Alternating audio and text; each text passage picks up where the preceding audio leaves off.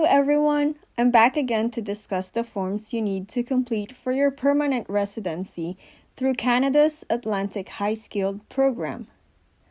On my previous video, I showed a list of the forms from the website. Here's the same list. I just grouped them to when it is needed as part of the application or when needed only if applicable.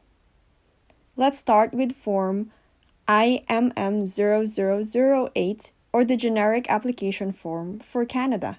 They made this form simple and interactive as it is programmed to show selections on some, if not most, of the fields.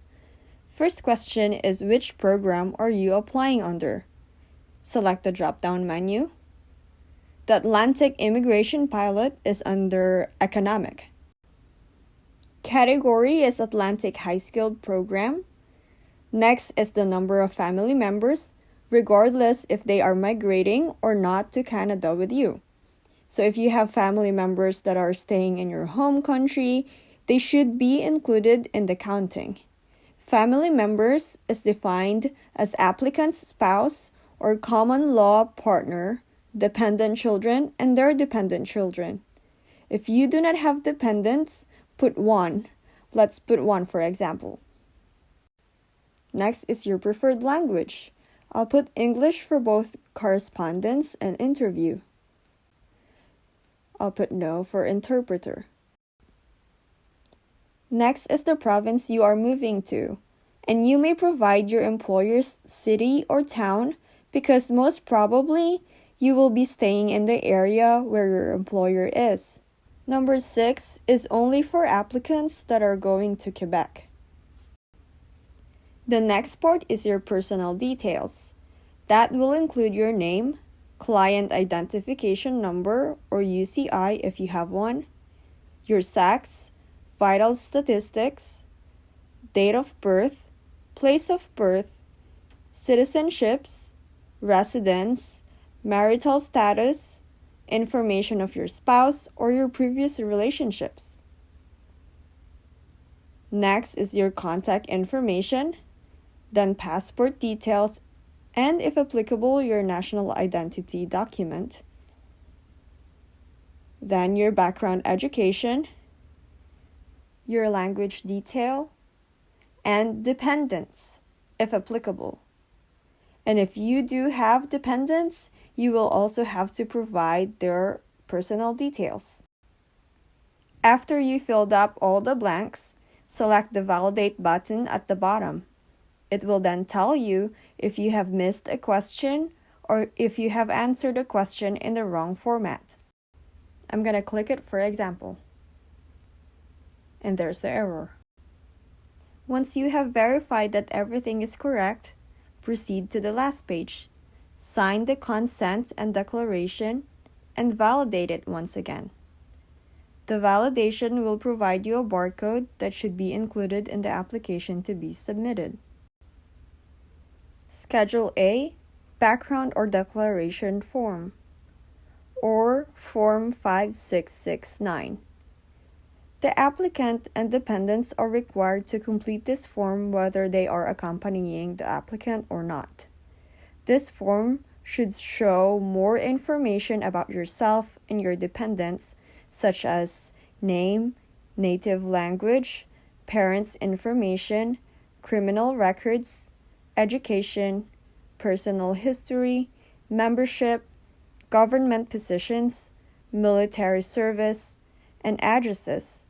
At the bottom of the form, attach your signature. Only the applicant will need to complete the Economic Class Form 5501. This is the declaration of your intent to live in the province that endorsed you and an authorization to share your information to the provincial government in regards of your application. Additional Family Information Form 5406 is a list of your and your family member's name, marital status, country of territory, address, and email addresses. Family members are your immediate family, such as spouse, mother, father, dependents, and brothers and sisters.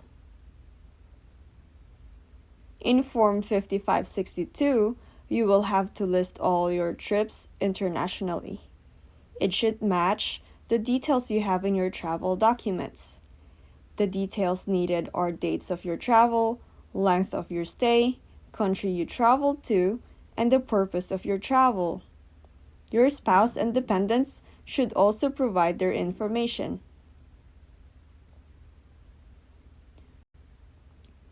Form 5457 is your document checklist. On my previous video, I discussed the documents listed in this form in a more detailed manner. Make sure to compile all your documents in the order it is listed in this checklist, and also watch my previous video if you haven't done so. Offer of employment to a foreign national Form 5650 is the form you will get from your future employer. Your employer will need to submit this form to the province you are applying for to get an endorsement. You will only need to complete Section 4 and Section 6 on this form. Keep a copy of the fully completed form to include in your permanent residency application. If you need more space to list all your dependents, you can use this form. Or in the form IMM0008, you can click the Add Dependent button. There is also a Remove Dependent button if needed. Separation Declaration for Minors Traveling to Canada Form 5604 is only for those who have children accompanying the applicant, but not the father or mother of the minor.